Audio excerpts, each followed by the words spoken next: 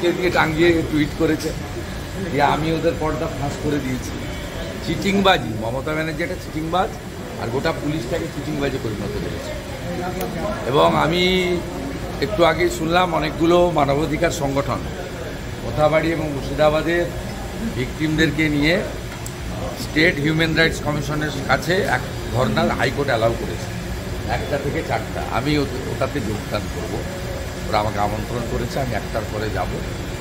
এবং মুখ্যমন্ত্রী তো ধুলিয়ান সম্ভবত যাননি, হেলিকপ্টার ছাড়া চলেন না, মাঠে নাকি জল জমে গেছে।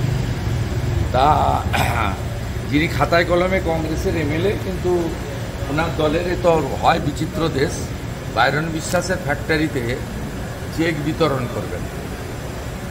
মোট ক্ষতিগ্রস্ত পরিমাণ 900-র উপরে, 40 জনকে জোগাড় করতে পেরেছে পুলিশ প্রশাসন। অনেক চেষ্টা করে গোটা 40 লোককে জোগাড় করেছে, বাকিরা প্রত্যাখ্যান করেছে।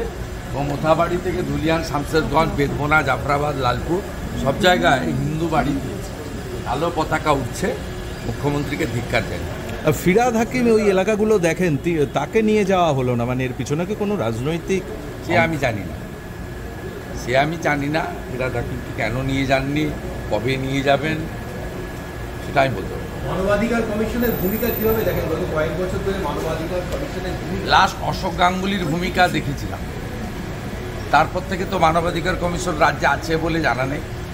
কিন্তু যেহেতু মাননীয় বিচারপতি সোমেন সেনের স্পেশাল বেঞ্চ 3 জনের দায়িত্ব দিয়েছেন যে ক্রিমিনাল কেস কী হবে এবং কম্পেনসেশন কী হবে ঠিক করার জন্য, জাতীয় মানবাধিকার কমিশন, 1 representative from state human rights commission, আর লিগ্যাল সার্ভিসেস অথরিটি থেকে 1 জন। সেই কারণে ভিকটিম পরিবাররা কালকেই সব কলকাতায় চলে এসেছিলেন, মোথাবাড়ি, ধুলিয়ান, মুর্শিদাবাদ, শামশেরগঞ্জে। তারা হাইকোর্টে আবেদন করেছিলেন যে 3টের সময় স্টেট হিউম্যান রাইটস কমিশন তাদের 5 জনকে ডেকেছে, তারা ধর্ণা দিতে চান।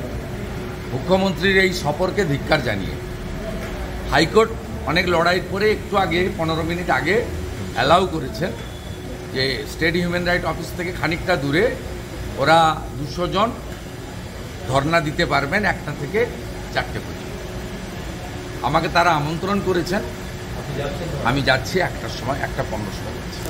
এই কমিশন